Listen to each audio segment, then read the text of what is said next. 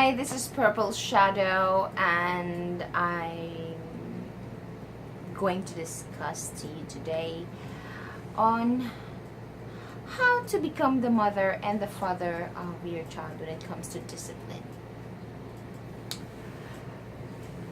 Before we do that, if you're not a subscriber yet, please hit the subscribe button and like this video if you like it. Give comments below. By the way, disclaimer, I'm actually basing this on my experience because it works for my son. Going back, so what I did was, of course, my son is a son. It's different. They say it's different raising a daughter. I haven't really tried raising a daughter because I only have one child. So what I did to motivate him to school before was that when he was his preparatory class, kindergarten, what I did was like give him reward when he does good in school. So if he gets 5 stars, sorry, I gave him 5 toys, match boxes, and you know what, it worked. He brings home 4 or 5 stars in a day. But of course there's a disadvantage. He did good in school. He was one of the top 3 students in school. But there was a disadvantage. It can hurt your budget if your salary is not that big and your the toys are expensive. So lesson learned, just choose those toys that he or she's interested in and not very expensive, so that you won't cry just like I did way back. No, not literally cry, but my budget was so hurt. But of course, since I promised him that that is going to be the reward, then be it. In return, he gave me good grades. That's what I did. Now, disciplining a child is the most difficult thing, especially in my case, because I was alone. I had no helper when he was like 5 or 6, and it was so difficult because when I leave for work, I work nighttime, so I'm not there for him during the night. He sleeps alone. And well, I talked to him. He kind of understand why we had to do it, because that working nighttime in the call center was and still is a good paying job here in the Philippines. In return, when I get gift cards from the office, I treat him during the weekends and during my days off. Of course, my days off doesn't always fall on a weekend, but I make sure that I spend time with him during my rest days or during the weekends. We do movie marathon, just me and him. We watched TV series, because it's less expensive to stay at home and watch movies. We seldom go out because I cook for him. I'm sure you can too. So I was able to make it without a helper and without anyone to help me financially. Now, struggle was, there were moments wherein when I left for work, he also went out. Now, it was not very difficult for me to find out because neighbors were telling me, oh, hey ma'am, your son climbed up the gate last night, because there was a curfew. There was a curfew back then. The gate will be closed at exactly 12 midnight. And of course, if you're a tenant there, you can enter if you have a key. So that's what happened. Because I was so upset, we had an agreement. I didn't hit him first. We had an agreement that if he did it again, if he does it again, then there will be punishment. 50 belt hits for first offense.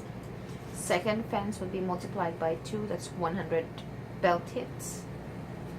Third offense would be another multiplied by 2, that's 200, and so on. And yes, he agreed. I asked him, do you agree to that? If you do it again, we will do that. And he said yes. So it's an agreement. He committed a mistake again. First was just 50. It was not much, but there were really bruises, because it's not a normal hit. It's like a hit. Because we had an agreement. I almost cried because he did another mistake. He went out again while I was at work.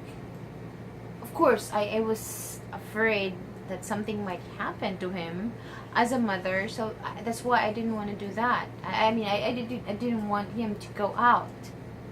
I'm sure you understand as a parent. If you are a parent, you should understand what I felt. Considering that he lives in the room alone, like every day, I think about him, if he's safe, what if there's fire, or what if, there are bad people will just come to our room and do something bad to him. So I always tell him to lock the door. And well, unfortunately, he did it again until we reached 200 hits, belt hits. I almost cried seeing him while I was hitting him that time. Oh, and I let him count. My tears almost fell in front of him. But I had to stop it. I had to be firm. I had to be a father, a firm father. I was just following what we had agreed, although it really hurt me a lot. Until 200 belt hits. After that, I had a muscle sore, because imagine, I hit him so hard, 200 hits, and there are bruises all over his back. It pained me so much doing that. I know it's not good, but he has to learn. It's for his own safety, and it's for his own good.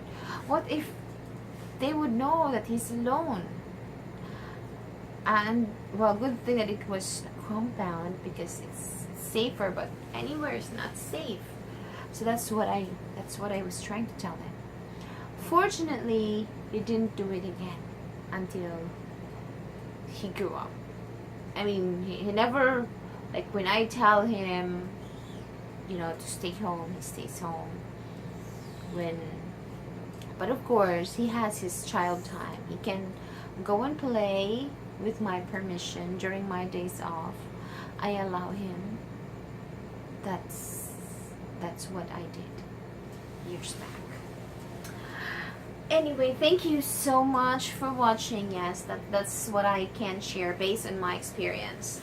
So thank you so much for watching, guys. I hope you have learned from this. But of course, I'm not saying that you kill your children, okay? It's just give them a lesson. But before you do that, make an agreement with them. If they agree, then yes. Do not follow my agreement, okay? It was too hard, but I had to do it because we had an agreement. Also, when you promise your son that you're going to buy him something and you can't buy it yet, make him understand that you have money but you have other stuff to prioritize, like food and school. Because you may not think that they understand, they will.